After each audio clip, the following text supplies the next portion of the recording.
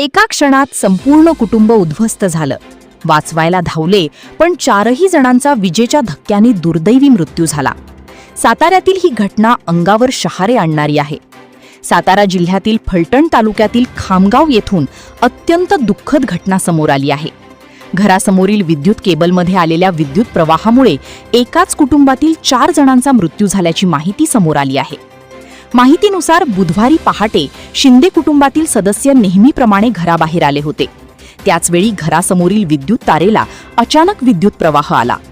सर्वप्रथम पिसुर्ड्या किसन शिंदे यांना विजेचा धक्का बसला.